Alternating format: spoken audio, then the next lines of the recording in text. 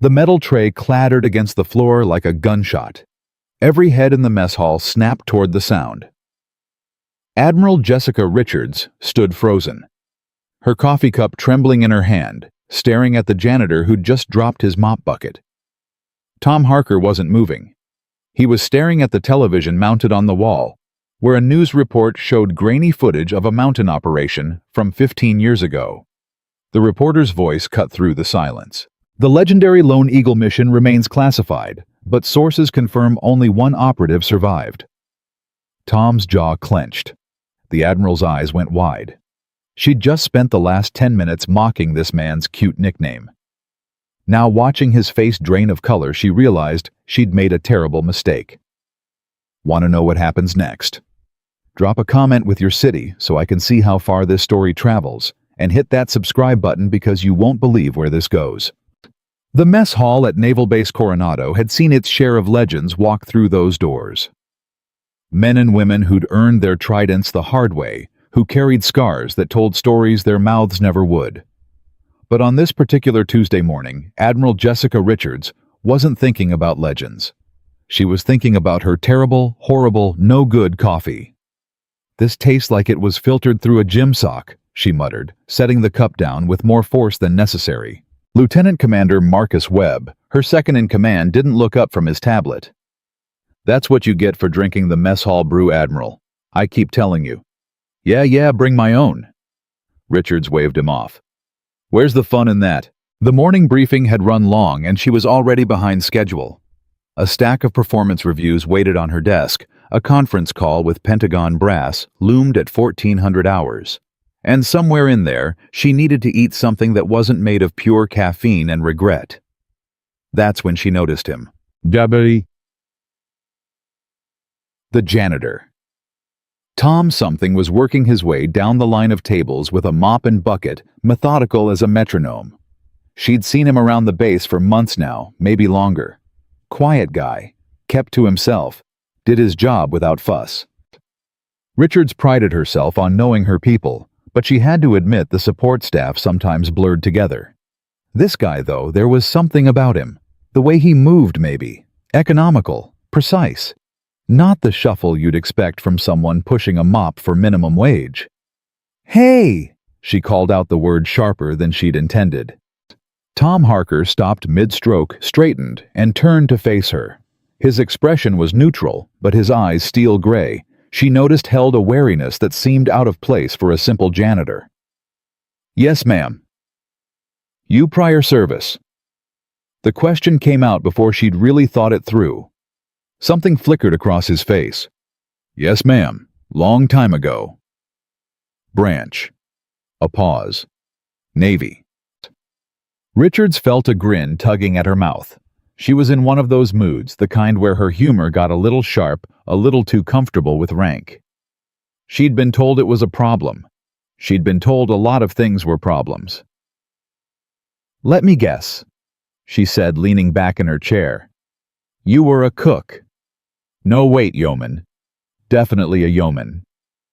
Webb shot her a look that clearly said not now, but she ignored it. Tom's expression didn't change. "No, ma'am." "Quartermaster." "No, ma'am." This was getting interesting. Well, what then? Don't tell me you were one of those IT guys who thought they were hackers because they could reset a password. A few of the SEALs at nearby tables were starting to pay attention now. Lieutenant Hayes, 28, cocky as hell, thought he was. God's gift to special operations, smirked into his scrambled eggs. "No, ma'am," Tom said again, his voice level. "I was a SEAL." The words landed like a flashbang in a quiet room. Richards felt her grin freeze, then widen into something more genuinely amused. "A SEAL, right, and I'm secretly a fighter pilot." "You asked, ma'am." "Come on." She gestured around the room. "You expect me to believe you went through BUD/S, made it through Hell Week, earned your trident, and now you're mopping floors at Coronado?" Tom's jaw tightened almost imperceptibly. "Believe what you want, ma'am." Hayes spoke up from his table voice, dripping with that special brand of arrogance, that only came from being young and talented and knowing it. "Yeah, okay, Janitor Joe. What was your call sign? Mopwater, Pine Sol." A ripple of laughter went through the room. Tom said nothing. He just stood there holding his mop, his face carved from stone. Yes, Richard should have stopped it there. Should have recognized the signs the way Tom had gone still, the way his breathing had changed, shallow and controlled. Should have remembered that the quietest guys were often the most dangerous ones. But she didn't. "No, seriously?" She pressed that grin still on her face. "What did they call you, I've got to know?" "Squeaky Clean the janitor." "Oh God, please tell me it wasn't something like Dusty." More laughter. Even Webb was fighting a smile now. Tom looked at her for a long moment. Then he spoke, his voice quiet but clear enough to carry across the mess hall. "Lone Eagle." The laughter died. Richards felt something cold slide down her spine. The name hung in the air like smoke from a gun barrel, and suddenly the room felt smaller, the walls pressing in. "What did you say?" Her voice had lost its playful edge. "Lone Eagle," Tom repeated. "That was my call sign." "Bullshit," Hayes said, but the word came out weak, uncertain. Richards was already on her feet. She didn't remember standing up. "Lone Eagle was KIA, 15 years ago. Hindu Kush Mountains extraction gone wrong, entire team lost. They never even recovered the bodies." Tom's eyes never left hers. Not the entire team. The mess hall had gone completely silent now. 37 people holding their breath. "That's impossible," Richard said.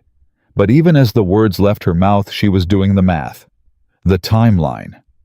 The age matched Tom had to be pushing 50, maybe a few years past. The build lean and hard despite the years.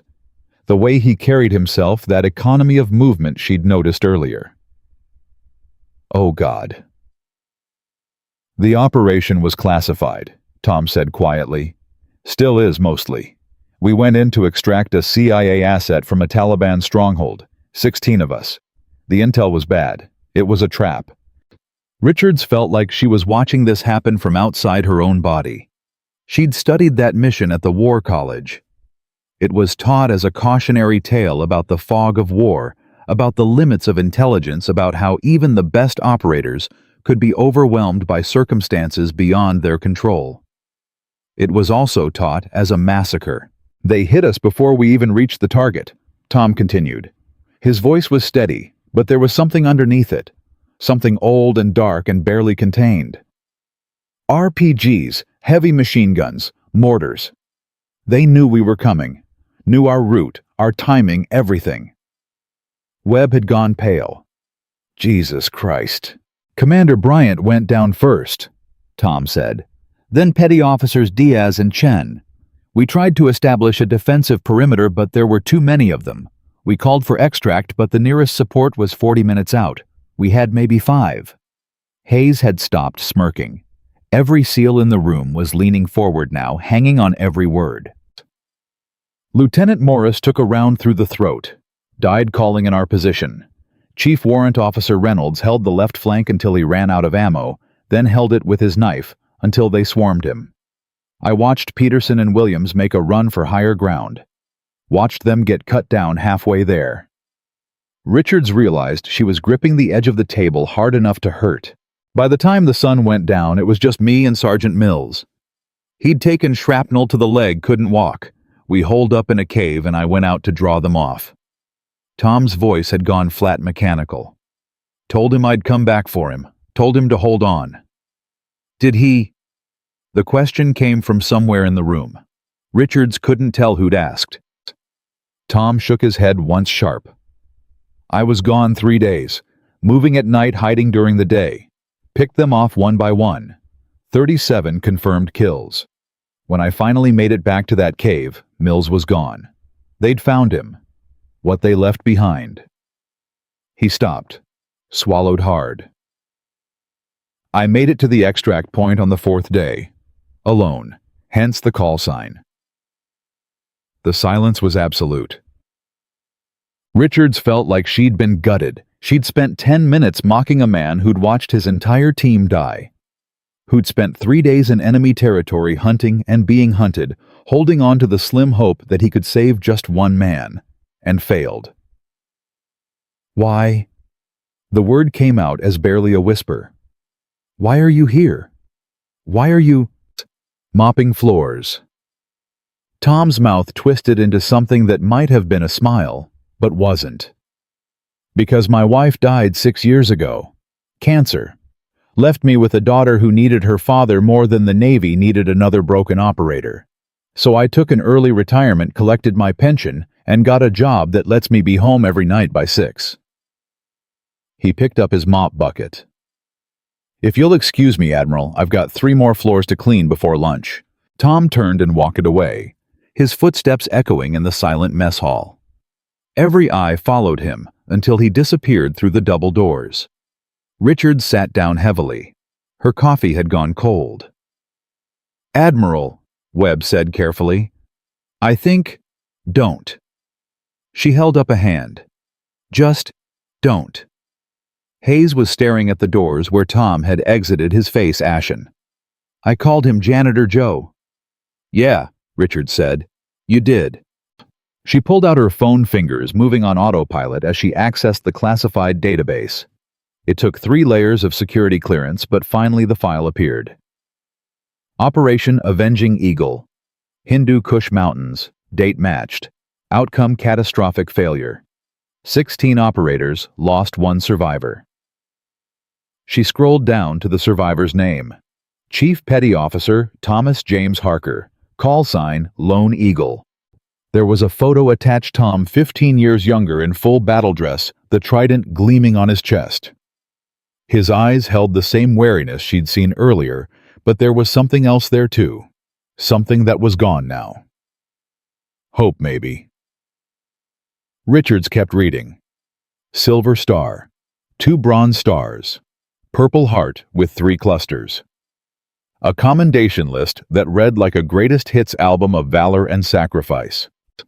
And then 6 years ago, an honorable discharge. Reason listed, family hardship.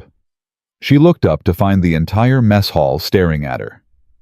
"Get back to your meals," she said quietly. "All of you." They obeyed, but the conversations were muted, subdued. The easy camaraderie from earlier was gone, replaced by something heavier. Richards stood and walked out of the mess hall, heading for the administrative building. Her assistant looked up in surprise as she blew past. "Clear my morning," Richards said. "I don't care what's on the calendar. Clear it." She locked her office door and sat at her desk. Tom's file still open on her phone. 37 confirmed kills. Lone survivor. Silver star.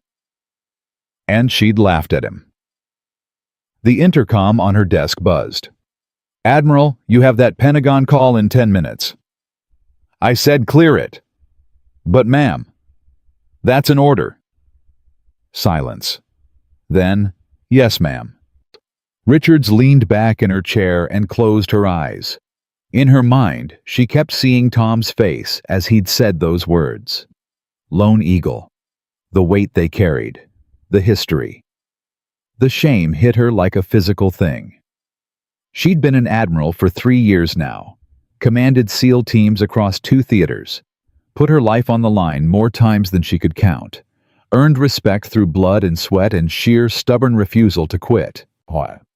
And in 10 minutes of casual cruelty, she'd proven that rank didn't make you wise. There was a soft knock at her door. "I said I didn't want to be disturbed." "It's Webb, ma'am. I think you should hear this." Richard sighed and unlocked the door. Webb stepped inside, his tablet in hand. "I did some digging," he said. "Called in a few favors with guys who were around back then. Found someone who served with Harker before the Hindu Kush operation. And apparently legend doesn't even begin to cover it." Webb scrolled through his notes. "Guy I talked to said Harker was being fast-tracked for command. DevGru was looking at him. He was 28 years old and already had a reputation for being the guy you wanted when everything went sideways." Richards felt the knot in her stomach tighten. After the Hindu Kush, Webb continued, he came back different, finished his commitment, but he was distant, went through the motions. Then his wife got sick and he put in for hardship discharge. Command tried to talk him out of it. Offered him desk duty, flexible hours, whatever he needed. He turned it all down. Because his daughter needed him. Yeah. Webb hesitated. There's more. His daughter Emily, 13 years old, she's autistic. High functioning, but she needs structure. Routine.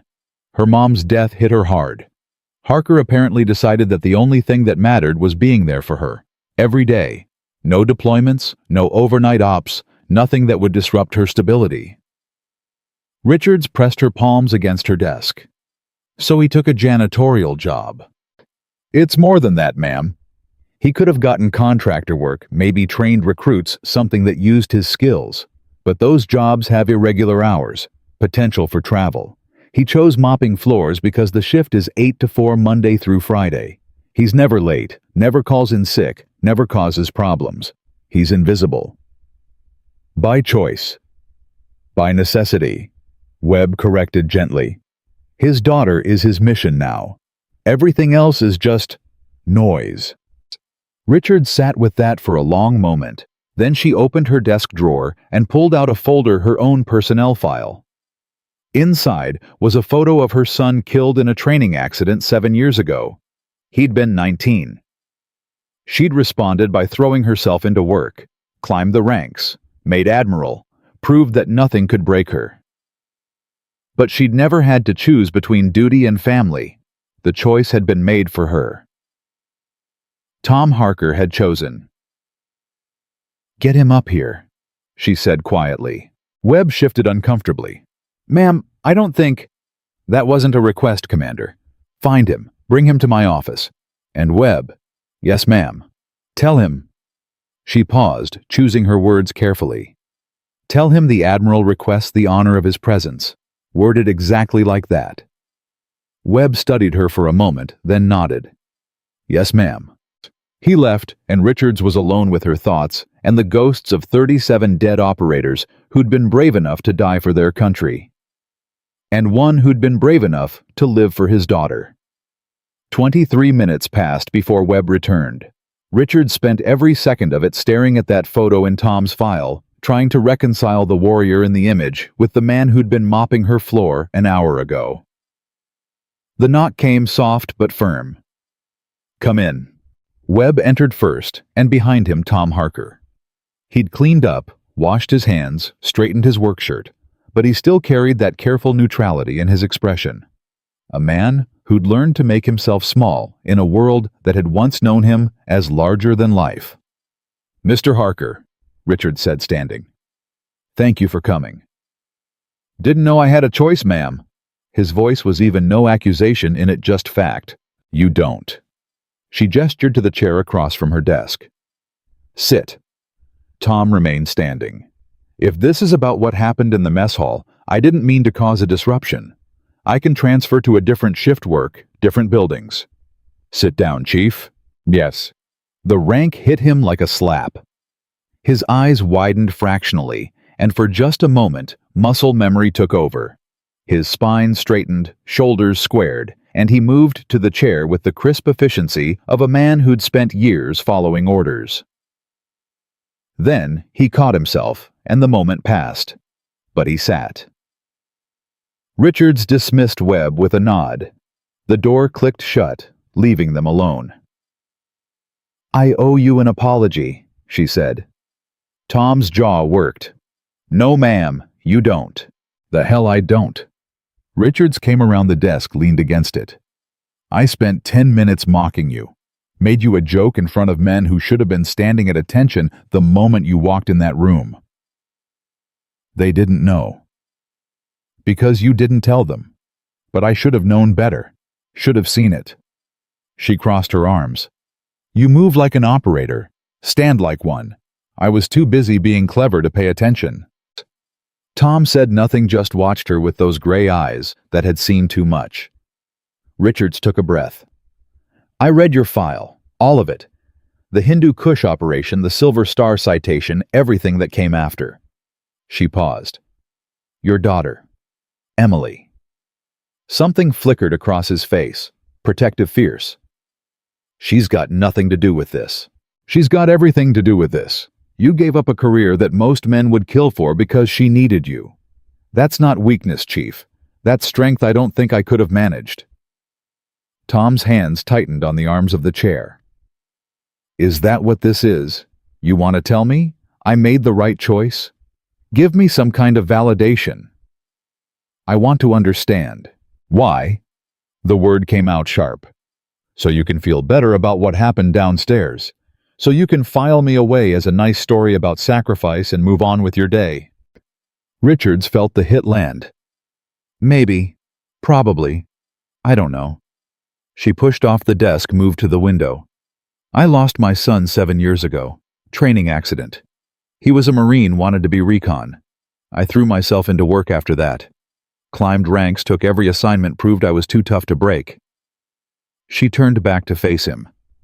But I never had to choose. The choice was made for me. You had to decide between the teams and your daughter, and you chose her.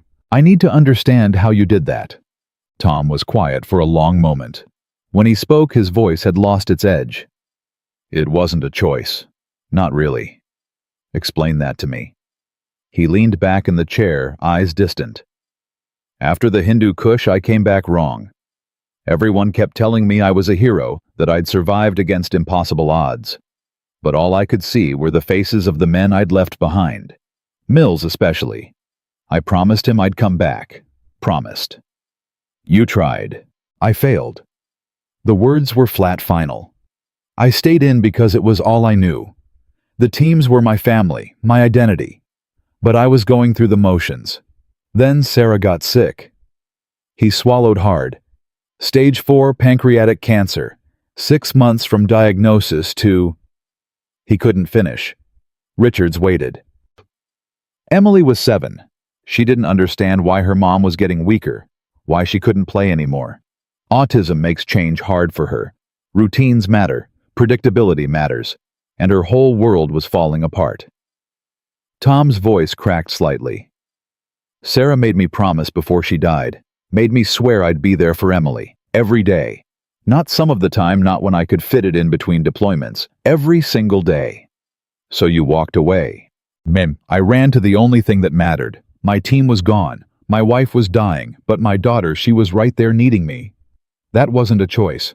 That was orders from the only commander I had left. The raw honesty of it hit Richards in the chest. She'd spent years building walls, proving she didn't need anyone, that she could shoulder any burden alone. Tom had done the opposite. He'd laid down his arms and picked up a mop because love demanded it. Does she know?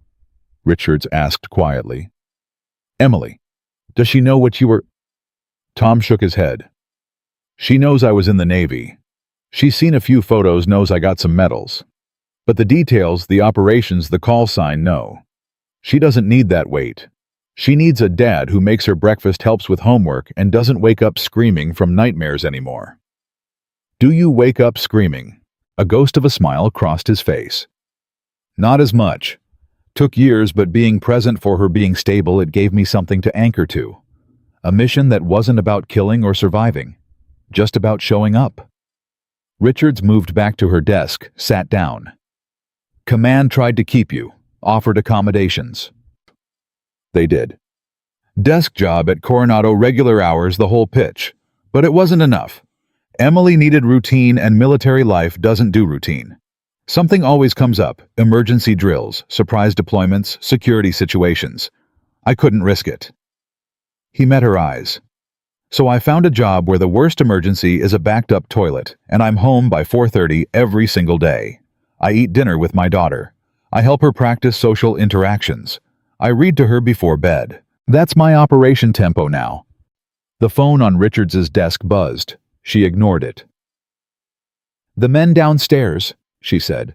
Hayes, the others. They need to know who you are. No. Tom's response was immediate, firm. They don't. You earned their respect. Earned it 15 years ago and every day since. I don't need their respect. I need them to let me do my job and go home to my daughter. He stood. Admiral, I appreciate what you're trying to do. I do. But I'm not looking for redemption or recognition. I made peace with my choices. I'd appreciate if you'd let me live with them quietly. Richard studied him. Part of her wanted to argue, to insist that legends didn't get to hide behind mop buckets, but the larger part, the part that understood grief and sacrifice, knew he was right. Okay, she said finally. You've got my word. But Harker? Yes, ma'am.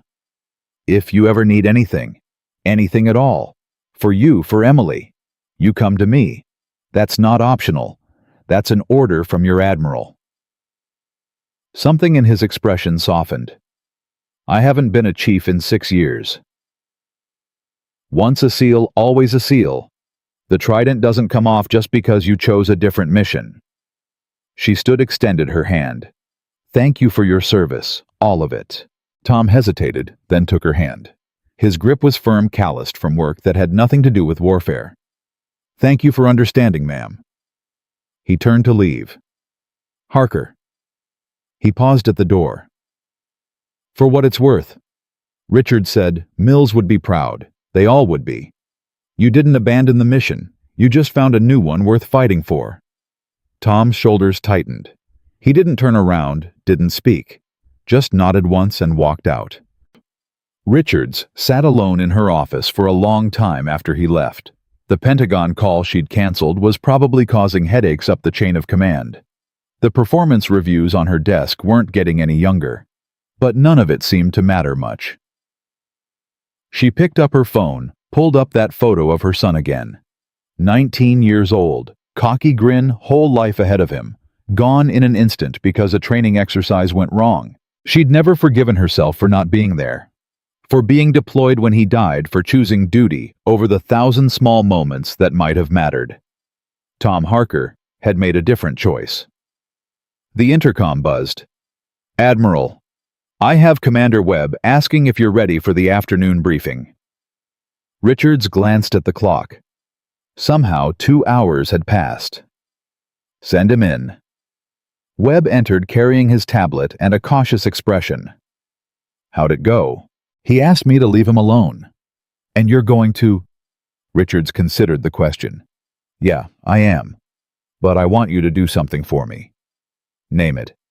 Emily Harker, his daughter. She's 13, autistic, lost her mother 6 years ago. I want to know if there are any programs on base that might help. Support groups, educational opportunities, anything that might make their lives easier. Webb made a note. I'll look into it. Quietly. He can't know it came from me. Understood.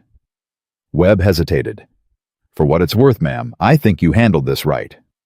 I mocked a war hero for mopping floors, Webb. There's no right in that. You also apologized and respected his wishes. That counts for something. Maybe. Richards wasn't convinced, but she nodded anyway. What's on the schedule? They spent the next hour going through briefings, but Richards' mind kept wandering. She kept seeing Tom's face when he'd talked about his daughter, the fierce protectiveness, the absolute certainty that he'd made the right choice. She envied that certainty. At 1600 hours, she finally made it back to the mess hall for coffee. The afternoon crowd was different. Younger sailors, a few contractors, nobody from the morning crowd. She poured herself a cup, grimaced at the taste, and turned to leave. That's when she saw him. Tom was in the far corner, mopping the floor with the same methodical precision as before. But this time Richards noticed details she'd missed earlier. The way he positioned himself to keep his back to the wall. The constant scan of the room. The readiness in his posture despite the mundane task. He might have traded his weapon for a mop, but he hadn't stopped being a warrior. Their eyes met across the room. Tom nodded once, a small acknowledgement.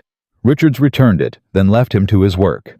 Outside, the San Diego sun was starting its descent toward the Pacific. Sailors hurried between buildings, focused on their duties. Somewhere in the distance, a training exercise was underway, the sound of simulated gunfire crackling through the air. Richards pulled out her phone and dialed a number she hadn't called in months. This is Captain Morrison. Dave, it's Jessica Richards. I need a favor. Admiral, long time. What do you need? You still running that program for military families, the one with educational support and counseling? Yeah, we've expanded it actually. Why? I've got a kid who might benefit. 13 years old, high-functioning autism, lost her mother young. Father's prior service works on base now. Send me the details. We'll reach out, see if they're interested.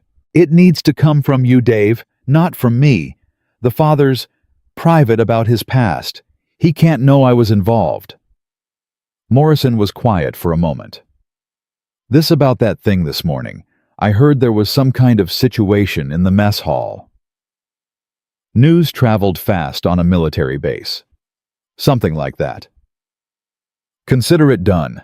I'll have my team reach out within the week, make it sound like standard outreach. Thanks, Dave. I owe you. You don't owe me anything. We take care of our own. Richards hung up and stood there watching the base go about its business. Tom Harker might not want recognition or respect or anything else she could offer, but she could do this much. She could make sure his daughter had every opportunity to thrive. It wasn't redemption. It wasn't even close to making up for what she'd said that morning. But it was something. She headed back to her office where actual work waited. The Pentagon would want explanations for the missed call. The performance reviews wouldn't write themselves. Command was relentless that way. Always another task, another crisis, another mountain to climb. But for the first time in 7 years since her son died, and she'd thrown herself into work to avoid the grief, Richards felt like maybe she understood something important. Duty wasn't always about the big missions or the medals or the rank on your collar. Sometimes it was about showing up every day for one person who needed you.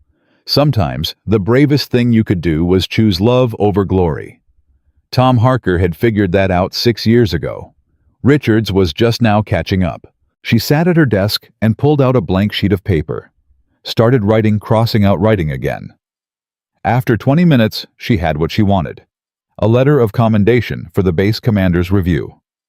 Nothing that would draw attention, just a note that Tom Harker had been exemplary in his duties, showed initiative and dedication, and deserved recognition for his service. It would go in his file. Probably wouldn't change anything. But it would be there, a small acknowledgement that someone had seen him. Really seen him. Richard signed it, sealed it, and set it aside for the morning mail. Then she finally opened those performance reviews and got back to work. 3 floors below, Tom Harker finished mopping the administrative building and headed to the parking lot. His shift was done.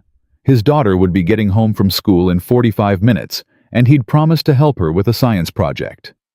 He drove home in his 15-year-old Honda, parked in the driveway of a small house in a quiet neighborhood, and went inside. Emily was already there, sitting at the kitchen table with her homework spread out in front of her. She looked up when he entered, and her face brightened in that way that still, after 6 years, made his chest ache with fierce love. Dad.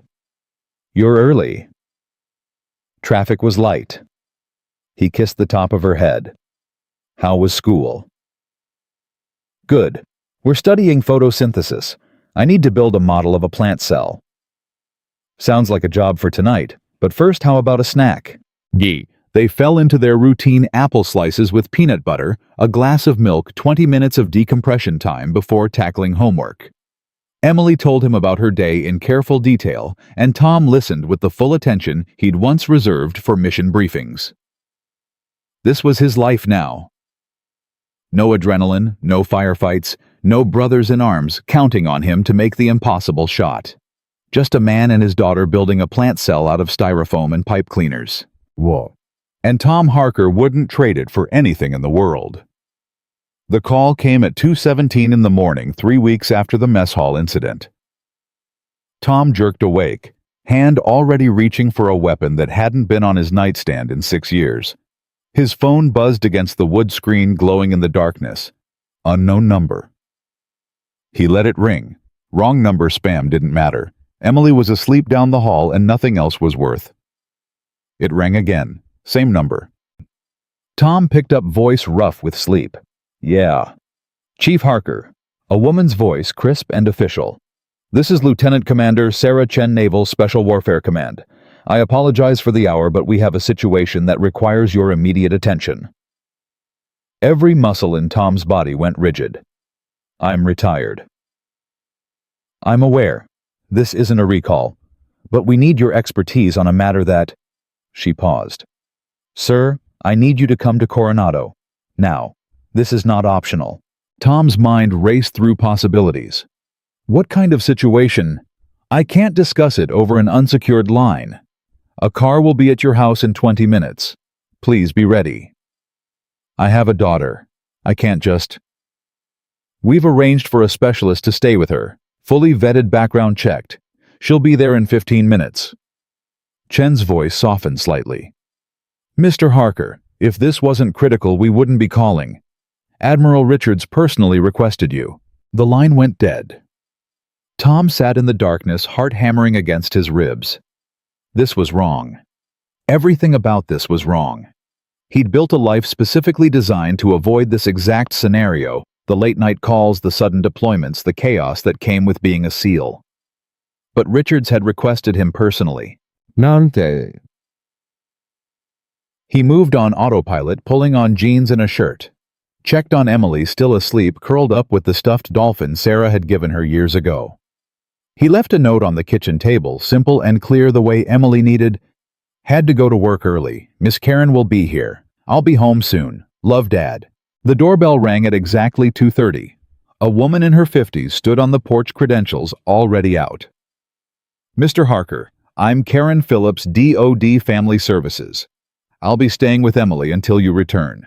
Tom studied her face, looking for anything that felt off. Finding nothing. She wakes up at 6:30. Breakfast is cereal, always the same brand in the blue box. She likes it dry, no milk. She'll need exactly 15 minutes to eat.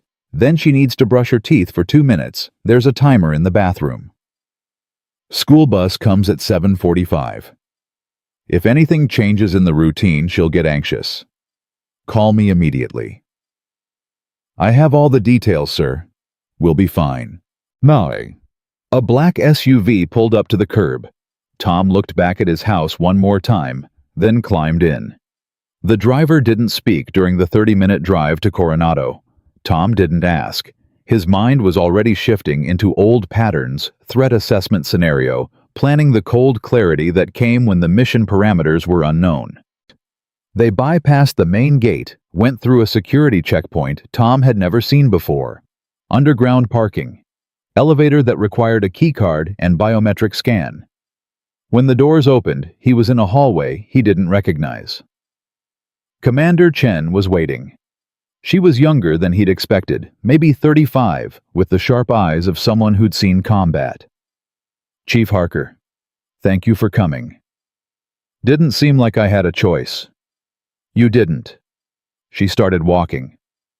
Follow me. Why? They moved through a series of secure corridors. Tom caught glimpses through windows, operations centers, communication stations, people moving with the urgency that meant something had gone very wrong. Chen stopped at a heavy door, pressed her hand to a scanner. Before we go in, you need to understand the situation. 6 hours ago, a SEAL team conducting a training exercise in the Laguna Mountains encountered what we initially thought was a civilian hiking accident. 2 people, man and woman, both injured. When the team moved to assist, they were ambushed. Tom's blood went cold. How many casualties? 3 wounded, none critical. But the attackers took Lieutenant Jessica Hayes hostage. Hayes, the cocky kid from the mess hall who'd called him Janitor Joe. They left a message, Chen continued. Demanded we send someone to negotiate. Specifically, they asked for the Lone Eagle. The world tilted slightly. That's impossible. My call sign is classified, has been for 15 years. We know, that's why you're here. Chen opened the door. Welcome to the Crisis Response Center, Chief. The room was controlled chaos. Screens covered every wall showing satellite feeds, topographical maps, communication channels. Admiral Richards stood at the center console, still in her uniform, despite the hour-dark circles under her eyes. She turned when Tom entered. "Chief, thank you for coming. You want to tell me what the hell is going on?" Yeah. Richards gestured to the main screen. It showed a grainy video feed. Hayes on his knees, hands zip-tied behind his back, blood running from a cut above his eye. Behind him, a figure in tactical gear and a balaclava held a pistol to his head. "This arrived 2 hours ago," Richards said. She pressed a button. And the figure spoke, voice digitally distorted. "Lone Eagle, we know you're out there. We know you're still alive. You have 12 hours to come to these coordinates alone, or the lieutenant dies. Come armed, come with backup, he dies. Don't come at all, he dies. You know the mountains. You know what we're capable of. Clock's ticking." The feed cut out. Tom stared at the blank screen, mind racing. "Play it again." Richards complied. Tom watched 3 more times, analyzing every detail. The way the hostage-taker moved. The weapon, Sig Sauer P226 military issue. The background visible behind Hayes showed rocky terrain, sparse vegetation, high elevation. "The Laguna Mountains," Tom said quietly. "But that's nowhere near the Hindu Kush. This doesn't make sense. We have analysts trying to identify the hostage-taker, but the distortion and mask make it impossible. Voice modulation is military grade." Richards moved to a topographical map. "They sent coordinates here. Remote area, difficult terrain, multiple escape routes. It's a perfect kill box." Tom studied the map. "How long do we have?" 10 hours now. The deadline is 12:30 this afternoon." "What's the plan?" Richards exchanged a glance with Chen. "We're preparing a tactical response. HRT is mobilizing. We've got drone surveillance, spinning up negotiators standing by." "That's not what they want. They want me." Tom's voice was flat. "They went to a lot of trouble to draw me out specifically." "Why?" "We don't know, but we're not sending a civilian into a hostage situation. I'm not a civilian. Not for this." Tom turned to face her directly. "Someone out there knows who I am, knows my call sign, and knows how to get my attention. That video wasn't about Hayes. It was a message specifically designed to pull me out of retirement." "Which is exactly why you're not going," Richards said firmly. "This could be a trap, revenge, any number of scenarios. We're not risking you." "You don't have a choice. They made the parameters clear. I don't show Hayes dies. We can negotiate." "No!" Tom's voice cut through the room like a blade. "You can't. I've seen this play before. Whoever's out there, they're not interested in negotiation. They're interested in me." Webb spoke up from a nearby console. "Chief's right, Admiral. The specificity of the demand, the timeline, the location, this is personal." Richards clenched her jaw. "I'm not sending you in alone.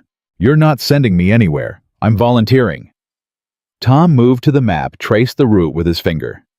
"I know these mountains. Trained in them for years. If someone's setting a trap, I can see it coming.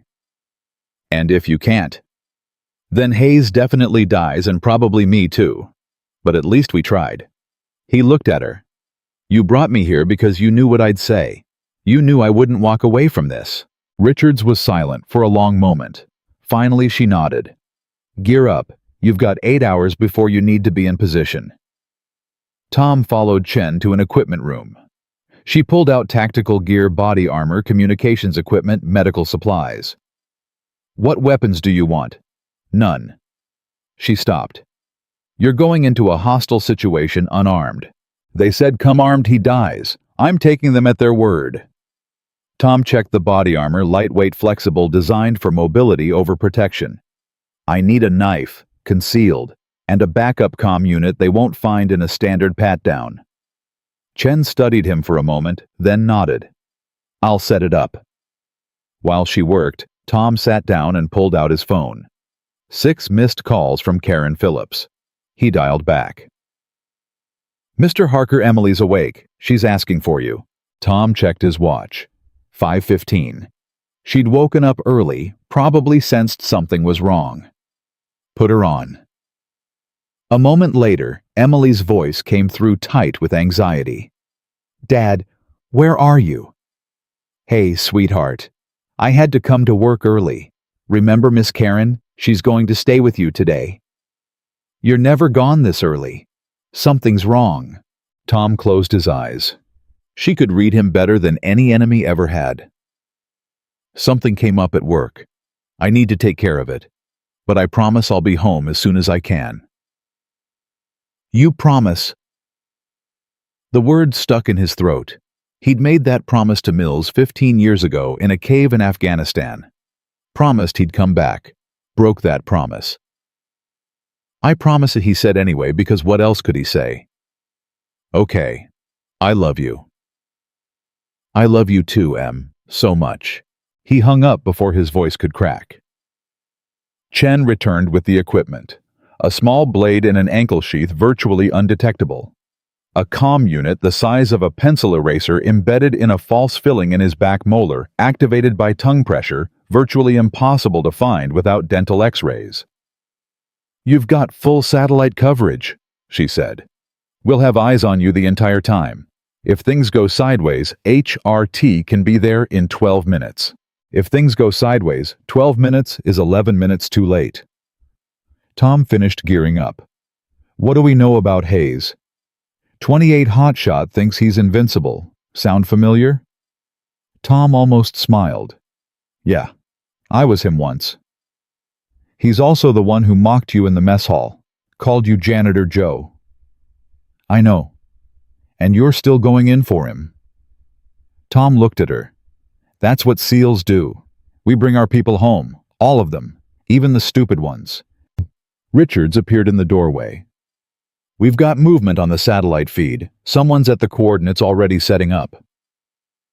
They moved back to the operations center. The screen showed thermal imaging 2 figures, one stationary on the ground, one moving in a perimeter pattern.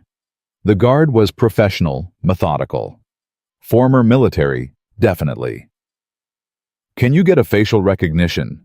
Tom asked. "Can you get—" "Working on it, but the tree cover makes it difficult." Webb pulled up enhanced images. "Wait, got a partial. Running it through the database now." The computer churned. Tom watched the timer count down. 7 hours, 43 minutes. The database pinged. A name appeared on screen. Marcus Webb went pale. Jesus Christ. "What?" Richards demanded. "That's Captain James Mills, SEAL Team 3, listed as KIA in Operation Avenging Eagle Hindu Kush 15 years ago." Die. The room went silent. Tom felt like he'd been punched in the gut. "That's impossible. I saw him. I saw what they did to—" Either the body wasn't his, or someone else was in that cave. Webb pulled up Mills' service record. Photo appeared younger, harder version of the man Tom remembered. "We never recovered remains. The site was compromised, unsafe for extraction. We assumed." "We assumed wrong." Tom's mind was reeling. Mills alive. Mills waiting for him in those mountains. Mills who knew his call sign, who knew exactly how to draw him out. Richards grabbed his arm. "This changes everything. If Mills survived, if he's been alive this whole time, then he wants to know why I left him." Tom's voice was hollow. "He wants to know why I didn't come back for him." "You tried. The citation says you were gone 3 days. I told him I'd come back, swore it. And when I finally did, he was gone." Tom pulled free of her grip. "I need to go. Now. Not without backup. If Mills has been alive this whole time, if he's been planning this, then he deserves answers. And I'm the only one who can give them." Tom headed for the door. "Hayes is just bait. This was always about Mills and me." Chen intercepted him. "At least take a weapon." "No, Mills said come armed, Hayes dies. I'm not calling that bluff." He paused at the door. "But Commander, if I'm not back by 1400 hours, send HRT in. Don't wait for a signal. Just go." "Chief?" Tom was already moving. The drive to the mountains took 90 minutes. Tom went alone in a nondescript vehicle, no escort, no backup visible. But he knew they were there, satellites overhead drones at high-altitude HRT, staged at multiple points around the perimeter. It didn't matter. This was between him and Mills. The coordinates led to a fire road that hadn't been maintained in years. Tom parked and continued on foot. The sun was climbing now, burning off the morning fog. His body fell into old rhythms. Check 6, scan for ambush points, move quietly through the underbrush. The calm in his tooth clicked once. Richards' voice barely audible. "We have you on visual. Target is 300 meters northeast, hasn't moved in 20 minutes. Tom didn't respond. Couldn't without breaking cover. He moved through the trees, each step measured, controlled. Part of his mind was cataloging every detail. Wind direction, sight lines, escape routes. The other part was 15 years in the past, watching Mills bleed out in a cave, promising to return. The trees thinned. Tom saw them. Hayes was zip-tied to a tree head down, breathing shallow but steady. And standing 20 feet away, weapon lowered but ready, was James Mills. Older. Harder. Scarred tissue, visible on the left side of his face, where the balaclava had been removed. But unmistakably, Mills. Tom stepped into the clearing, hands visible and empty. Mills didn't raise his weapon. Just looked at Tom with eyes that held 15 years of betrayal. Tom's throat closed. 15 years of guilt, grief, and unanswered questions compressed into 2 words. "You're alive." Disappointed. Mills' voice carried an edge that could cut steel. "Were you hoping they'd finish the job? I came back for you. 3 days, Mills. 3 days I fought my way through enemy territory to get back to that cave. And found what blood my gear. A nice little scene to sell the story." Mills took a step forward. "Let me tell you what really happened, brother. While you were out playing hero, racking up your 37 confirmed kills, the Taliban found me, dragged me out of that cave, spent the next 8 months as their guest." Tom felt his knees weaken. 8 months. They wanted intel. Wanted to know about operations, team composition, everything. I gave them nothing. Mills touched the scars on his face.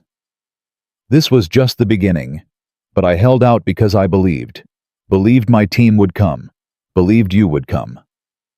We searched. For weeks we had teams. Searching in the wrong places." Mills' voice cracked. "Because the Great Lone Eagle reported me KIA. Told them the cave was empty. Told them I was gone. You closed the file on me, Tom. That's not what happened." Tom's hands were shaking. "I found your blood, your vest, drag marks leading away. But the area was crawling with hostiles. I barely made it out myself. When I reported what I found, they made the call based on the evidence. Evidence you provided. Your word. The word of the only survivor." Mills laughed bitterly. "You know what kept me alive in that cell? The thought that you'd figure it out. That the legendary Tom Harker, the man who never left anyone behind, would piece it together and come for me." Hayes stirred against the tree, groaning. Tom risked a glance. The kid was conscious, eyes wide with fear and confusion. "Let him go," Tom said. "This is between us. Now you care about leaving people behind." Mills raised his weapon, not pointing it at anyone, just holding it. 8 months, Tom. 8 months of torture, of wondering why my brother abandoned me. Then one day they just stopped. Put me in a truck, drove me to the Pakistani border, and dumped me in the dirt. Why? Because I wasn't worth anything anymore. Because your report had convinced everyone I was dead. No one was looking. No rescue was coming. Mills' voice dropped. I made it to a village, got help. Spent 2 years recovering. When I finally made contact with the States, you want to know what they told me? Tom couldn't speak. They told me Tom Harker had retired, left the teams to take care of his family, that the Great Lone Eagle had traded his trident for a mop and bucket. Mills's eyes were wet. I spent 2 years in Pakistani hospitals, another year trying to rebuild, and you were at home playing dad. My wife was dying, and I was already dead right. So it didn't matter. You'd moved on, found a new mission. Mills gestured around the clearing. Know what I did? I tried to come back, tried to rejoin to find my place again, but I was damaged goods. PTSD, physical injuries, gaps in my service record. They offered me a medical discharge and a pension, said I'd served my country well. Mills, don't. The weapon came up, still not aimed, just present. I spent 15 years watching you from a distance. Saw you with your daughter, your quiet life, your peace. And I hated you. Hated that you got to walk away while I was trapped in a nightmare that wouldn't end. Tom's comm clicked. Richards trying to make contact. He ignored it. This conversation was 15 years overdue. I never stopped looking, Tom said quietly. Not really. Every mission after that, every operation, part of me was searching for proof. For some sign you were out there. I filed reports, pushed for continued investigation. They shut me down every time. Because the Lone Eagle had spoken. Your word was gospel. Mills lowered the weapon slightly. You know what the worst part is? I don't think you meant to leave me. I think you believed I was dead. I think you filed that report in good faith, did everything by the book. And that makes it worse somehow. Because it means my life ended not through malice, but through procedure. Hayes spoke up, voice hoarse. Sir, I don't understand what's... Shut up, Lieutenant, Mills said without looking at him. This doesn't concern you. Then let him go. Tom took a step forward. You want someone to blame someone to punish? I'm here. Let Hayes walk away. He stays until we're done. Insurance that you don't do something stupid. Mills met Tom's eyes. I've had 15 years to plan this conversation. 15 years to figure out what I'd say when I finally got you alone. You know what I realized? What? That I don't want revenge. I want you to understand what you took from me. Mills' voice broke. I had a life, Tom. A fiancé waiting for me. A career. A future. You didn't just report me dead, you made me dead. Because when I came back, there was nothing left. She'd moved on, married someone else. My slot on the teams was filled. The world had closed the hole I left behind. Tom felt tears on his face. I'm sorry. God, Mills, I'm so sorry. Sorry doesn't give me back 15 years. Mills pressed his palm against his scarred face. Sorry doesn't erase the nightmares, the pain, the knowledge that my brother, my actual brother, left me to rot. I thought you were dead. Because you didn't look hard enough, Mills shouted. 3 days, Tom. You gave me 3 days. Then you decided I was gone and moved on with your life. How long did you search for your wife's cancer cure? How hard did you fight for her? Oh. The words hit like physical blows. Tom staggered. That's not fair. Nothing about this is fair. Fair was you coming back like you promised. Fair was you refusing to give up until you found proof. Fair was you putting me first instead of chalking me up as another casualty. Tom's comm clicked again, more insistent. Richards' voice barely audible through the tooth mic. Chief, we're picking up chatter. You need to wrap this up. He couldn't respond without revealing the comm.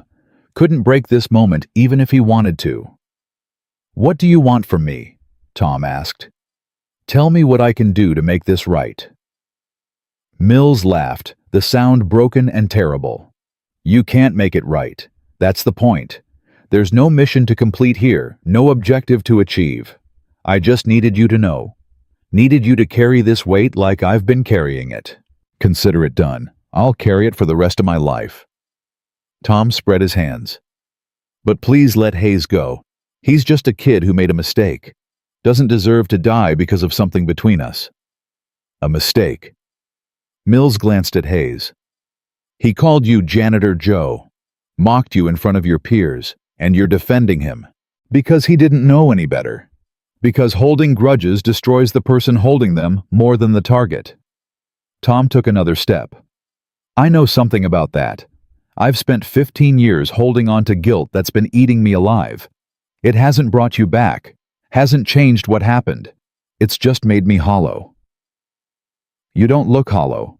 You look at peace. I look like a man who's learned to function despite the pain. There's a difference. Tom was close enough now to see the detail in Mill's scars. Emily didn't heal me. She just gave me something worth staying alive for. The guilt's still there. The nightmares, the what-ifs. I just learned to carry them. Mill's weapon wavered. You named her Emily. After your sister. Figured I owed her that much. Something cracked in Mill's expression. You remembered. Bah. I remember everything. Your sister's name. Your fiancée Amanda worked as a nurse in San Diego. You were going to propose with your grandmother's ring when we got back. You talked about opening a bar together, calling it the Trident. Tom's voice was steady now. I remember the last thing you said to me. Don't take too long, brother. I'll be here. Mills lowered his weapon completely. You piece of shit, you actually remembered. Every word, every promise, every moment. Tom closed the distance between them. I failed you, Mills. Failed you in the worst way possible. And I don't expect forgiveness. Don't even think I deserve it. But I need you to know that not a day has passed that I haven't thought about you. Haven't wondered if I missed something, if I could have done more. You could have refused to give up. You're right. I could have. Should have. Tom stood directly in front of him now, close enough that Mills could pull the trigger without aiming. So do it. If this is what you need, if my death balances the scales, then take the shot. But let Hayes go first. He's not part of this equation. Mills stared at him for a long moment. Then he laughed again, softer this time. You don't get it, do you? I don't want you dead. I want you to hurt like I've hurt. And killing you would just end it. Where's the punishment in that? Then what do you want? I want my life back, Mills screamed. I want the 15 years, I want Amanda. I want my career. I want to not wake up every morning wondering why I'm still fighting to survive. He pressed the weapon against Tom's chest. I want things I can't have, and I blame you for it. Even though I know it's not entirely your fault. Even though I understand the circumstances, I still blame you. Tom placed his hand over Mills on the weapon. Then I'll carry that blame. Add it to the pile. But James, brother, you're still here. You're still breathing. That means you get to decide what comes next. What if what comes next is putting a bullet in you? Yeah. Then you pull the trigger. But you do it knowing that Emily loses her father. That a 13-year-old girl who's already lost her mother gets to bury her dad too. You do it knowing that Hayes's family gets a flag and a medal instead of their son. Tom didn't blink. You do it knowing that the man you were the SEAL, who held out for 8 months, who survived hell itself, died in this clearing along with me. Mill's hand trembled. I hate you. I know. I hate that you're alive and I'm not. Not really. I'm just existing, going through motions. I know that too. I've been there. Tom gently pushed the weapon aside. But here's what I learned. Existing is enough. Some days just breathing is enough. You build from there. 1 day, 1 hour, 1 minute at a time. You had Emily to build for. What do I have? You have right now, this moment, the choice to either destroy what's left or start building something new. Tom stepped back. I can't give you back 15 years. Can't undo what happened. But I can help you move forward. We both can, the entire SEAL community. You're not alone in this, unless you choose to be. Mills was crying now. Silent tears cutting tracks through the dirt on his face. I didn't come here for a pep talk. I know. You came here for closure, for answers, for someone to acknowledge what happened to you. Tom's own tears were flowing freely. So here it is. James Mills, you were abandoned by your country, failed by your brother, and left to suffer alone. None of it was fair. None of it was right. And I'm sorry doesn't begin to cover it. But you survived. Against impossible odds, you survived. That counts for something. Does it? It does to me. It will to Hayes once he understands what happened. It will to every SEAL who learns your story. Mills looked at Hayes, still tied to the tree. I scared him. Yeah, you did. I wasn't really going to kill him, just needed the leverage to get you here. I know. The Mills I knew wouldn't murder a kid to make a point. Tom gestured toward Hayes. Let's get him free. Then you and I can figure out what happens next. Mills hesitated, then nodded. He moved to Hayes, cutting the zip ties with a knife. The lieutenant collapsed forward, and Tom caught him. You okay, Hayes? I don't. What just happened? Long story. We'll explain later. Tom helped him to his feet. Can you walk? Yeah, I think so. Hayes looked at Mills with new eyes. You're really him, the guy from the Hindu Kush. That's me, the ghost everyone forgot. We didn't forget, Tom said quietly. We just didn't know you were still out there. Mills holstered his weapon. So what now? You arrest me, court-martial for kidnapping. Tom activated his comm with his tongue. Richards, you reading me? Loud and clear, Chief. What's your status? Hayes is secure. Mills is standing down. We need medical evac for Hayes, and we need it quiet. No arrests, no charges. You understand? A pause. Chief, I can't just... Admiral? Tom's voice hardened. This man is a SEAL who was left behind for 15 years. He deserves better than to spend what's left of his life in Leavenworth. Make it happen. Another pause, longer this time. Then, understood. Evac inbound. ETA, 12 minutes. What about Mills? Tom looked at his old friend. He's coming back with us. Full debriefing, medical evaluation, and then we figure out how to reintegrate him into the world. Copy that. Good work, Chief. Funny. The comm went silent. Tom turned to Mills. You ready for this? Ready to face the machine that forgot me? Not really. Mills managed a weak smile. But I'm tired of being angry, tired of living in the past. So yeah, I guess I'm ready. Hayes spoke up, his voice shaky. Sir, I'm sorry for what I said in the mess hall. If I'd known, you didn't know, and I didn't want you to. Tom put a hand on his shoulder.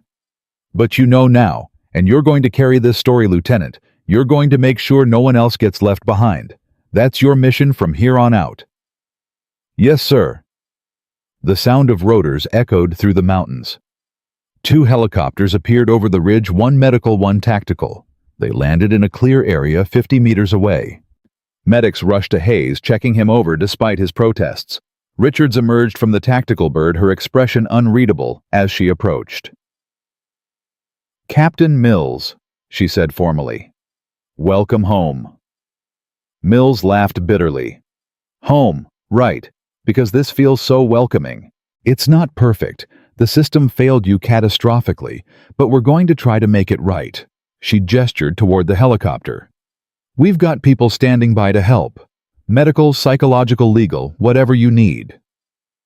What I need is 15 years back. Can't give you that, but we can give you a future if you're willing to accept it.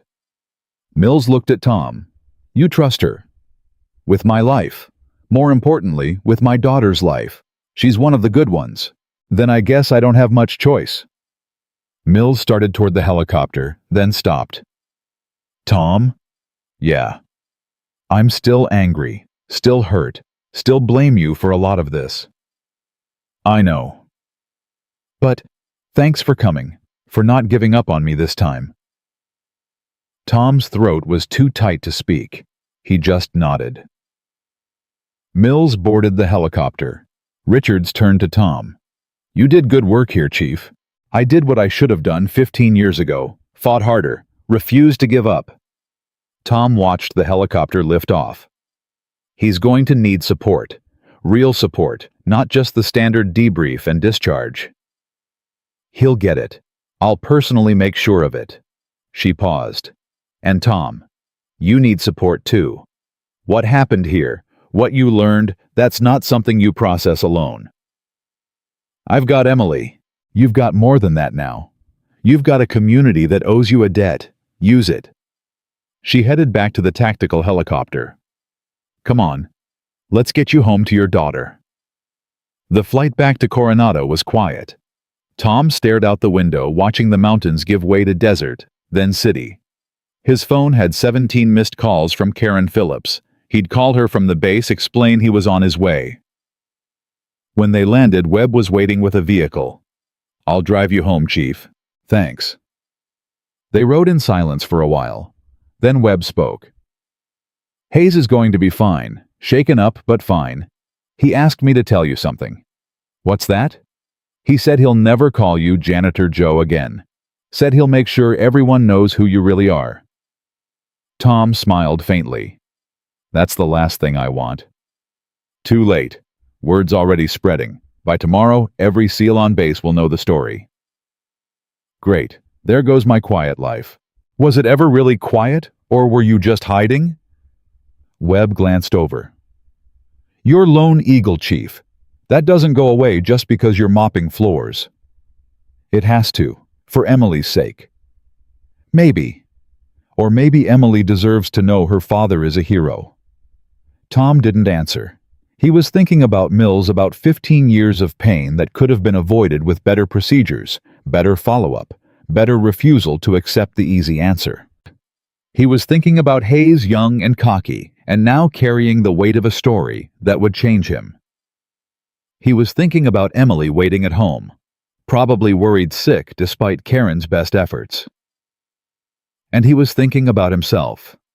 Tom Harker, Chief Petty Officer SEAL, Lone Eagle, father, janitor man, who'd failed his best friend and somehow been given a chance to make it right. Webb pulled up to Tom's house. "You need anything?" "No, I just need to see my daughter. She's lucky to have you."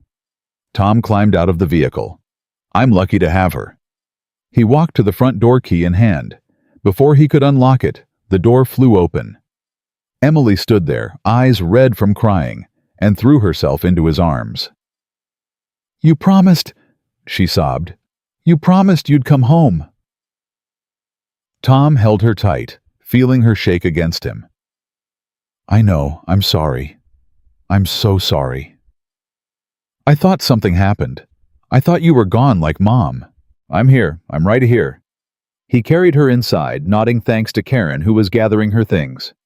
"I'm not going anywhere." They sat on the couch, Emily curled against him, like she used to when she was small. Tom stroked her hair, murmured reassurances, and let the weight of the morning settle into his bones. He'd kept his promise to Mills, finally. And he'd kept his promise to Emily. Both things were miracles in their own right.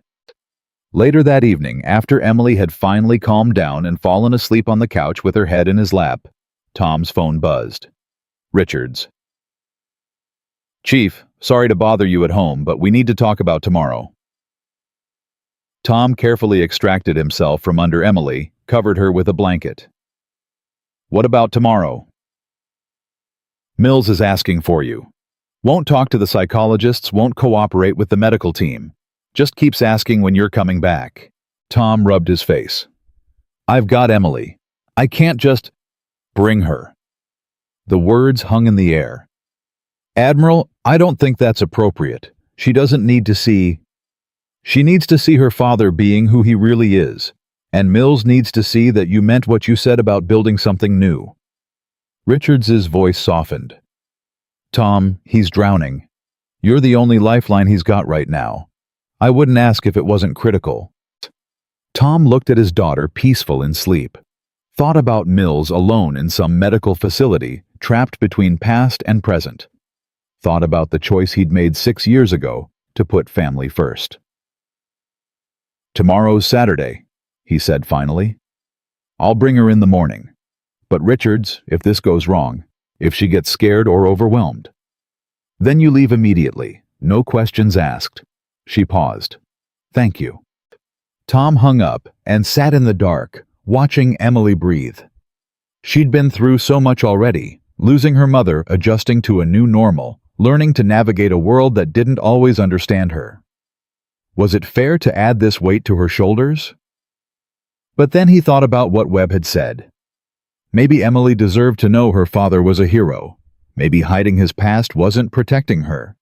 Maybe it was just protecting him. Shy. He pulled out his phone again, scrolled through his photos. Found one of him and Mills from before the Hindu Kush. Both of them young and grinning, arms around each other's shoulders. Brothers in every way that mattered. Tom hadn't looked at this photo in years, couldn't bear it. Now he stared at Mills' face unmarked by scars, bright with hope, and made a decision. Tomorrow he'd stop hiding. Emily woke up around 9, disoriented and clingy. Tom made her favorite breakfast pancakes with blueberries arranged in a smiley face and waited until she'd eaten before broaching the subject. I need to tell you something about my old job. Before I was a janitor. She looked up, syrup on her chin. You were in the Navy. I was. But I did something specific in the Navy. I was part of a special team called the SEALs. Like the animal, Tom smiled. Yeah, kind of. But it stands for sea, air, and land. We were trained to do dangerous missions to protect people. Emily processed this, her face serious. Like superheroes. Not exactly. More like soldiers who did really hard jobs that most people couldn't do. Were you good at it? The question was so innocently direct that Tom almost laughed. Yeah, I was good at it. Why did you stop? Because Mom got sick and you needed me more than the Navy did, so I made a choice to be here with you every day instead. Emily set down her fork. Did people die in your old job? Tom's chest tightened. This was the part he'd been dreading. Yes. Sometimes people died. And one time I thought my best friend died. But yesterday I found out he's alive. He's been alive this whole time, and he's very hurt and sad because he thinks I abandoned him. Did you, I tried not to. I tried really hard to find him. But I made mistakes, and now he's suffering because of those mistakes. Emily tilted her head the way she did when she was working through something complex. What are you going to do? I'm going to help him, and I was hoping you'd come with me today to meet him. Why me? Because you're the most important person in my life, and I want him to understand that when I chose you, I wasn't choosing to forget him. I was choosing to honor the man I thought he was, someone who'd want me to take care of my family. Emily was quiet for a long moment. Then, okay, I'll come. But Dad? Yeah. If he's mean to you, I'm going to tell him that's not okay. Tom felt tears prick his eyes. Deal. They arrived at Coronado at 10:30. Richards met them at the gate, eyeing Emily with obvious curiosity. You must be Emily. I'm Admiral Richards. Your dad and I work together. Emily stuck out her hand formally. Nice to meet you. Richards shook it, impressed. Your dad's told me a lot about you. He hasn't told me much about you, but he says you're one of the good ones. I try to be. Richards glanced at Tom.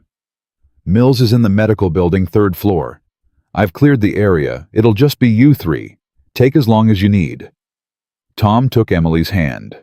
They walked through the base, and he felt eyes on them. Word had indeed spread. Sailors stopped to stare. A few nodded respectfully. Hayes was standing outside the mess hall and came to attention when Tom passed. Sir? Tom stopped. At ease, Lieutenant. You doing okay? Yes, sir. I wanted to say... Hayes glanced at Emily, seemed to recalibrate. I wanted to say thank you for yesterday, and I'm sorry for being disrespectful before. Apology accepted. Now get back to work. Hayes grinned. Yes, sir. They continued to the medical building. Emily squeezed Tom's hand. Everyone's looking at you different. I know. Do you like it? Honestly, not really, but sometimes people need to see things for what they are. Mills was in a private room standing at the window staring out at the ocean. He turned when they entered, and his eyes went immediately to Emily. This is her. This is Emily. This is Captain James Mills. My old friend. Emily studied Mills with that direct analytical gaze that made adults uncomfortable. "You're the one who's hurt and sad." Mills blinked. Yes, that's accurate. Dad says he thought you were dead but you weren't, and now you're angry at him." "Emily." Tom started, but Mills held up a hand. "She's right. I am angry at him. Or I was. I'm not sure what I am now."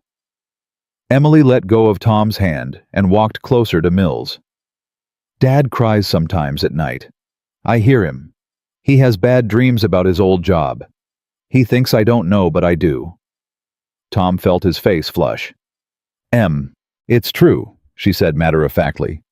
"And sometimes he looks at pictures on his phone when he thinks I'm not watching. Pictures of people in uniforms. He looks sad when he does it." Mill's expression cracked. "He does?" "Yeah. So I don't think he forgot about you. I think he thinks about you all the time. He just didn't know you were alive to think about properly." The logic was so perfectly Emily Blunt honest, cutting through emotional complexity to the core truth, that Mills actually laughed. "You're smart." "I know. I'm also autistic, which means sometimes I say things that other people think but don't say out loud. Dad says it's okay because being honest is important." "Your dad's right." Mills moved to a chair, sat down heavily. "I've been very angry at your dad. Blamed him for a lot of bad things that happened to me." "Was it his fault?" "Some of it maybe, most of it no. But anger doesn't care about logic." Emily nodded. "I get angry sometimes too. When my routine changes or when things are too loud. Dad says anger is okay, but what we do with it matters." "He's right about that too." Mills looked at Tom. "You've got a wise kid here. She's the best thing I ever did." Tom moved to stand beside Emily. "I brought her because I wanted you to understand. When I left the teams, it wasn't because I didn't care about you or the others. It was because she needed me and I needed her. She gave me a reason to keep living when I didn't think I had one anymore." Mills's eyes were wet again. "I didn't have that. Didn't have anything to anchor to when I came back. Just rage and pain and nowhere to put it." "You have something now," Emily said. "You have Dad. And me, I guess, if you want. Dad says SEALs are like family, and family doesn't give up on each other." "Emily," Tom's voice was thick. "It's true, isn't it? You're not giving up on him." "No, I'm not." And Mills covered his face with his hands. His shoulders shook. Tom started forward, but Emily got there first. She stood in front of Mills uncertain, then carefully put her hand on his shoulder, the way Tom did for her when she was upset. "It's okay to cry. Dad says crying doesn't make you weak. It just means you're feeling something real." Mills pulled Emily into a hug, and she let him, even though Tom knew she didn't usually like being hugged by strangers. She just stood there, small and brave, letting this broken man hold on to her like a lifeline. Tom had to turn away overwhelmed. When Mills finally released her, he wiped his eyes. "Thank you, Emily. You just gave me something I've needed for 15 years. "What's that?" "Hope that maybe things can get better." Emily smiled. "They can. It takes time, though. After Mom died, it took me a long time to feel okay again. Dad helped. He was there every single day, even when I was mean to him because I was sad." "Were you mean to him?" "Sometimes. I yelled and said I hated him because Mom was gone and he wasn't. It wasn't fair, but I was 7 and didn't understand." Mills looked at Tom. "How'd you handle that?" "I took it. Let her be angry. Kept showing up anyway." Tom sat down across from Mills. "That's what I'm offering you now. A place to be angry, a place to heal, and someone who'll keep showing up no matter what." "Why? After everything I put you through yesterday." "Because you're my brother. Because I owe you 15 years. Because it's the right thing to do." Tom leaned forward. "And because I need this too. Need to stop carrying the guilt alone. Need to believe that some things can be fixed even if they can't be undone." Mills was quiet for a long time. Finally, I don't know how to do this. How to move forward. One day at a time. Some days 1 hour at a time. Tom glanced at Emily. We figure it out together. I don't have a job. Don't have a place to live. Don't have anything except a medical discharge and a lot of demons. You have us, Emily said simply. We have a spare room. It's small, but it has a bed and a window. You could stay there while you figure things out. Tom's head snapped around. What, we do have a spare room. And you said SEALs are family. Family helps each other. Mills laughed through his tears. Kid, I don't think your dad's ready for that. But Tom was thinking about the empty room that had been Sarah's craft space untouched for 6 years because neither he nor Emily could bear to change it. Thinking about Mills alone in some military housing unit, drowning in memories. Thinking about what it would mean to truly be accountable for his failures. She's right, Tom heard himself say. You could stay with us, temporarily, until you get on your feet. Tom, I can't. You can, and you should. Tom stood. I'm not saying it'll be easy. You've got a lot of healing to do, and I've got a lot to answer for. But Emily's right. Family doesn't give up on each other. And your family, Mills. You always were. Mills stared at him. You're serious? Completely. We'll set ground rules, figure out routines. Em needs her routines, and we'll take it day by day. But you don't have to do this alone anymore. I won't let you. What if I'm too broken? What if I can't? Then we'll be broken together, Tom said firmly. I've got my own demons, Mills, my own nightmares, my own guilt. Maybe we can figure out how to live with them better if we're not doing it in isolation. Emily tugged on Mills' sleeve. Say yes. Dad makes really good pancakes on Saturday mornings. And we watch documentaries about ocean animals on Sundays. You'd like it. Mills looked between them. This girl who'd lost her mother and found strength in routine and honesty. And this man who'd lost his best friend and found redemption in fatherhood. Something in his expression shifted. Not healed, not even close. But maybe the first crack in the armor he'd built around his pain. Okay, he said softly. Okay, I'll try. Emily smiled. Good. But you have to promise not to rearrange the kitchen. Everything has a specific place, and Dad says we can't change it because it'll make me anxious. I promise. Scout's honor. Were you a scout? No, but I was a SEAL. That's even better. Emily considered this. Okay, I'll accept that. Tom felt something loosen in his chest. Something that had been wound tight for 15 years. It wasn't forgiveness that would take time, maybe forever. It wasn't redemption, he didn't think he deserved that. But it was a beginning. A chance to do better, be better for both Mills and himself. Richards appeared in the doorway. How are we doing? We're figuring it out, Tom said. Mills is going to need an official discharge processed, medical follow-ups arranged, and probably about a dozen other things I'm not thinking of. I'll handle it. Webb's already working on the paperwork. She smiled at Emily. You're quite the negotiator, young lady. I just say what's true. Adults make things too complicated. That we do. Richards turned to Mills. Captain, I meant what I said yesterday. We failed you. The system failed you. I can't undo that, but I can make sure you get every resource we have to help you rebuild. Counseling, medical care, job placement, whatever you need. What I need is to not hate myself for being alive, Mills said quietly. Think you've got resources for that? We'll find them, together. She glanced at Tom. Take the rest of the day. Monday we'll sit down and make a real plan. For now, just be. They left the base an hour later, Mills between them carrying a small bag of belongings. Emily chattered about her school project, about the documentary she wanted to watch that night, about everything and nothing. Mills listened occasionally, asking questions, slowly relaxing into the normalcy of it. When they reached the house, Emily immediately set about showing Mills where everything was: the kitchen, with its precisely organized shelves, the living room, with specific seating arrangements, the bathroom, with its color-coded towels. Mills followed, taking mental notes, asking permission before touching anything.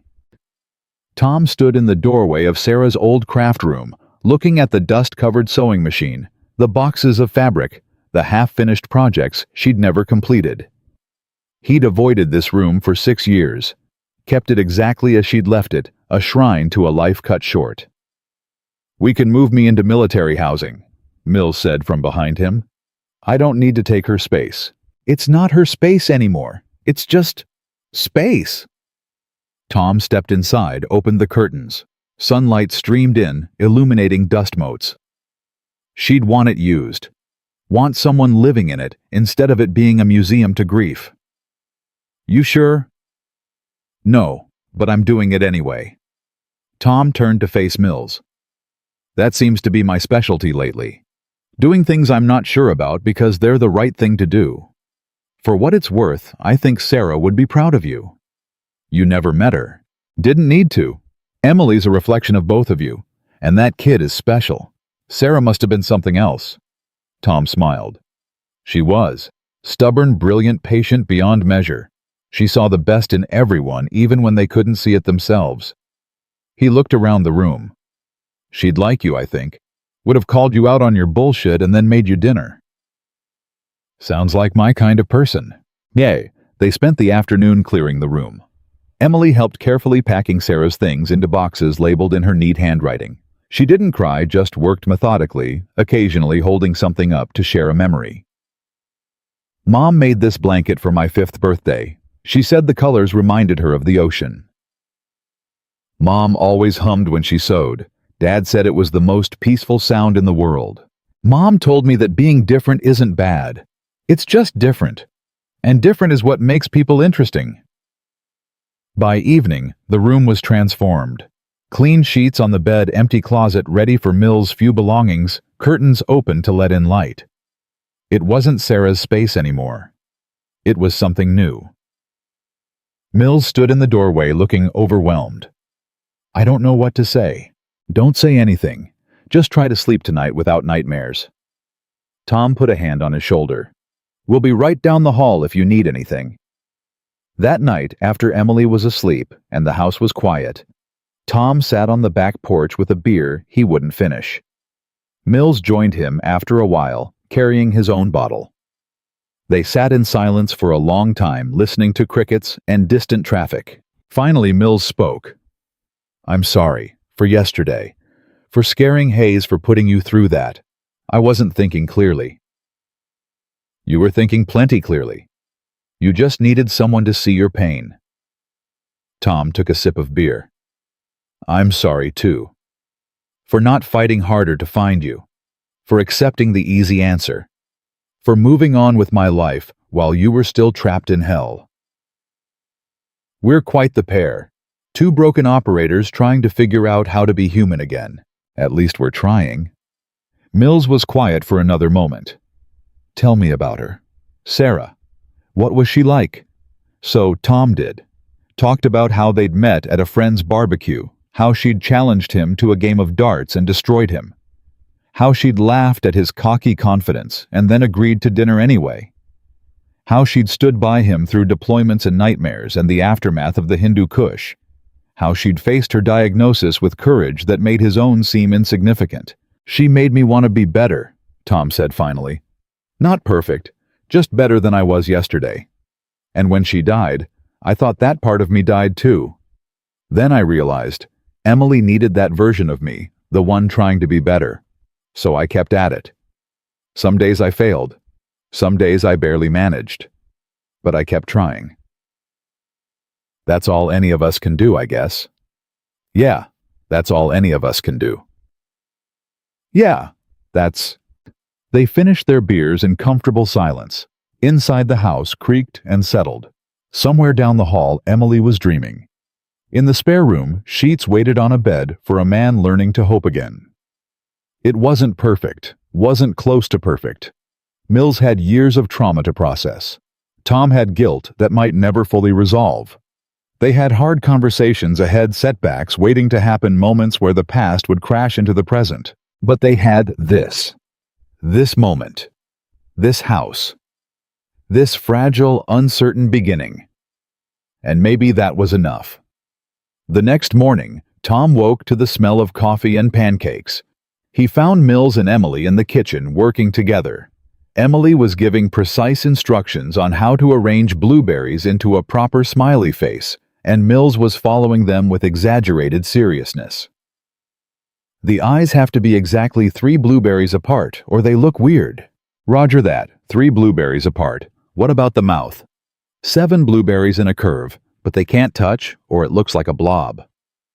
Understood. Non-touching blueberries. This is more complicated than defusing a bomb. Emily giggled a sound Tom hadn't heard nearly enough of lately. Gibjolstisi. He stood in the doorway watching them and felt something shift in his chest. Not healing exactly. Not yet. But maybe the beginning of it. The first tentative step toward a future where the past didn't define everything. Mills glanced up, caught his eye, and smiled.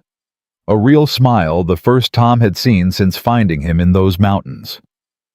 Dad, Captain Mills is teaching me military time. Did you know 0600 is 6 in the morning? I did know that actually. We're going to make pancakes at 800 every Saturday from now on. It's going to be our routine. Tom looked at Mills, who shrugged. Kid's got the whole plan worked out. I'm just following orders. Welcome to fatherhood. The orders never stop. They ate breakfast together. Emily chattering about school and ocean documentaries and whether dolphins were smarter than people. Mills engaged, genuinely asking questions, sharing stories from his own childhood. Tom watched the interaction, saw how Emily responded to having another adult presence, someone who understood her dad's past, who could fill in gaps Tom had left deliberately empty. After breakfast, Emily announced they were watching her favorite documentary about great white sharks. Mills gamely settled on the couch while she queued it up, explaining facts about sharks she'd memorized from previous viewings. Tom did the dishes, listening to them talk. Through the window, he could see the sun climbing higher, burning off the marine layer. It was going to be a beautiful day. The kind of day Sarah used to love. The kind of day that used to hurt too much to fully appreciate. His phone buzzed. Richards. How'd last night go? Better than expected. Mills is here. Emily's adopted him, and I think we're going to be okay. That's good. Really good. She paused. Tom, I wanted to tell you something. What you did yesterday, bringing Emily, opening your home, that took more courage than anything you did in the Hindu Kush. I don't know about that. I do. Fighting is easy for guys like us. It's what we're trained for. But being vulnerable, letting people see your humanity, that's terrifying, and you did it anyway. And Tom watched Mills and Emily through the doorway. I had good teachers.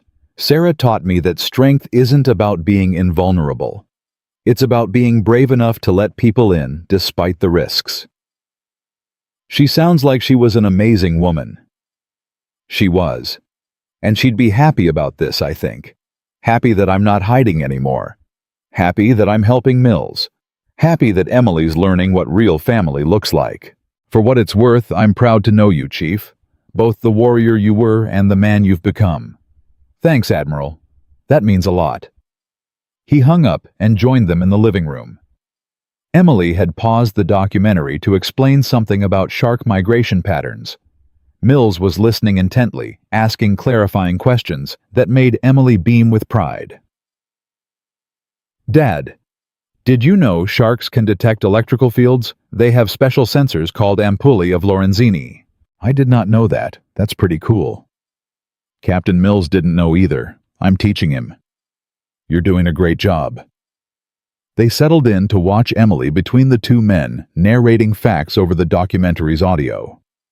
Mills caught Tom's eye over her head and mouthed, "Thank you." Tom nodded. No words needed. This was his life now, not the adrenaline-fueled existence of a SEAL, not the isolated routine of a man hiding from his past, but something new, messy, uncertain, and real.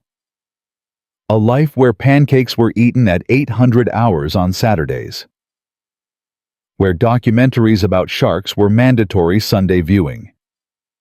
where a 13-year-old girl taught grown men about electrical fields and proper blueberry spacing, where two broken warriors learned to be human again, one day at a time, where the past wasn't forgotten, but wasn't allowed to poison the future either. It wasn't the life Tom had imagined when he was 28 and invincible, earning a call sign that would haunt him for decades. It wasn't the life he'd planned when Sarah's diagnosis turned their world upside down. It wasn't even the life he'd thought possible 6 weeks ago, mopping floors and keeping his head down. But it was his life, theirs. A family built not from blood or obligation, but from choice and second chances, and the stubborn refusal to let the past win. Mills would have bad days. Tom knew that. Days where the trauma rose up and threatened to pull him under. Days where the anger returned, where the accusations came back, where 15 years of suffering demanded acknowledgement. Tom would have those days too. Days where the guilt felt overwhelming, where he questioned every decision he'd made, where Mills' presence was a constant reminder of his failures. But they'd face those days together, with Emily as their anchor, with the SEAL community as backup, with professionals to help navigate the healing process, and maybe eventually with forgiveness, not the kind that erased what happened, but the kind that acknowledged the pain and chose to move forward anyway. The documentary ended. Emily immediately started it over from the beginning. Can we watch it again? I want Captain Mills to understand the part about hunting strategies. Mills laughed. I think I'm being voluntold here. Welcome to Emily's world, Tom said. Resistance is futile. I've survived worse. Mills put his arm around Emily's shoulders. Hit play, kid. Teach me about hunting strategies. Tom leaned back watching them and felt something he hadn't felt in 15 years. Peace. Not the absence of pain or guilt or regret. Not some perfect state of enlightenment. Just the simple, hard-won peace of knowing he'd done the right thing. Of choosing love over shame. Of opening his door to the brother he'd failed and giving them both a chance to heal. The lone eagle had finally found his way home. Not to the solitary existence his call sign suggested, but to something better. A messy, imperfect family built on honesty and second chances. Emily fell asleep halfway through the second, viewing her head on Tom's shoulder. Mills continued watching, occasionally asking questions Tom answered in whispers. Outside, the San Diego sun climbed toward noon. Somewhere on Coronado, young SEALs were training, learning to be operators. Admiral Richards was managing crises. Hayes was probably telling the story of his kidnapping, learning his own lessons about humility and respect. But here in this small house in this quiet neighborhood, 3 people were doing something harder than any military operation. They were learning to be human again. Together. And that Tom realized was the real mission. Not the one that earned medals or headlines. Not the one that got call signs or commendations. The mission that mattered most was showing up every day for the people who needed you. Being brave enough to be vulnerable. Choosing connection over isolation. Letting go of who you were supposed to be and embracing who you actually were. Flaws, failures, and all. Mills glanced over, caught him staring, and raised an eyebrow. Tom shrugged, smiled. Mills smiled back. No words necessary. They were brothers. They were damaged. They were trying, and for now that was enough.